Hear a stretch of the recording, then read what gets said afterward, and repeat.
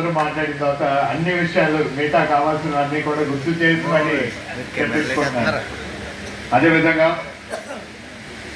ఈ రోజున వేదిక పైన ఉన్న పెద్దలు డిసిసిబి చైర్మన్ తుమ్మల బాబు గారికి, అలాగే ఈ రోజున మన పిఎస్సిఎస్ మన కొప్పశెట్టి బాబీ గారికి, అలాగే ఇక్కడ ఉన్న పెద్దలు, ఇక్కడ ఉన్న మన స్థానిక ఎమ్మెల్యే గారు డాక్టర్ సుబ్బరాజు గారికి, అలాగే మన ఆప్తులు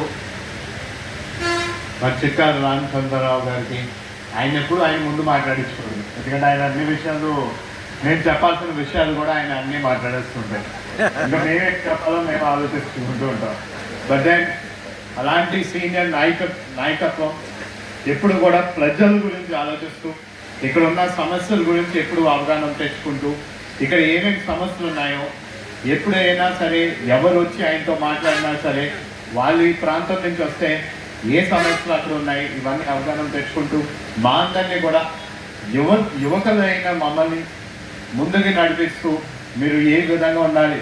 ఎందుకంటే మీరు నాన్నగారి పేరుతో మీరు అందరూ ముందుకు వచ్చారు, ఆయన కొడుకుగాను ముందుకు వచ్చావు. నువ్వు ఎప్పుడు ఆయన బాటలోని నువ్వు నడవాలి, ఆయన చేసిన అభివృద్ధిని నువ్వు అందుకోవాలి.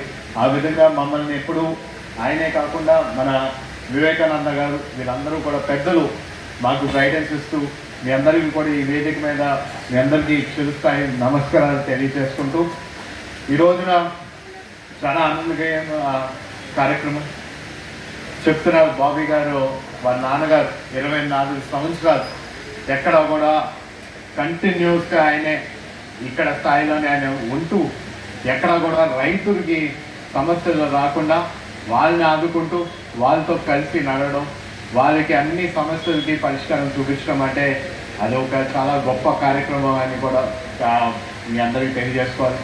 అదేవిధంగా వాళ్ళ అబ్బాయిని ఇప్పుడు మీరందరూ కూడా కలిసి వాళ్ళ అబ్బాయికి ఇస్తే కూడా వాళ్ళకి అబ్బాయికి ఇవ్వాలని కూడా మీరందరూ తప్పని పడితే బుచ్చిబాబు గారు కూడా దాన్ని సహకరించడం, మీ పైన కూడా ఆ బాధ్యత నిలబెట్టడం. కానీ మాకు పూర్తి నమ్మకం ఉంది, మీరు ఆ బాధ్యతని ఖచ్చితంగా మీరు వమ్ము కాకుండా దాన్ని నిలబెట్టుకుంటారు, పూర్తి చేస్తారని కూడా ఈ సభాముఖంగా మీ అందరికీ తెలియజేసుకుంటూ, అలాగే చాలామంది మాట్లాడుతూ ఈ గత 5 సంవత్సరాలు చిట్టాల రామచంద్రరావు గారు కూడా మాట్లాడారు.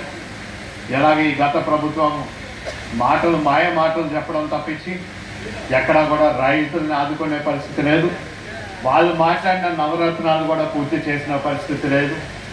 వాళ్ళు ఆ రోజున గెలిచిన ముందు ఒక ఛాన్స్ అని చెప్పి మాయ మాటలు చెప్పారు తప్పించి ఎక్కడ కూడా అధికారంకి వచ్చిన తర్వాత ఎక్కడ పనులు చేసిన పరిస్థితి లేదు. మీరు చూస్తే ఈ ఎన్డీఏ కూటమి ప్రభుత్వం తెలుగుదేశం, జనసేన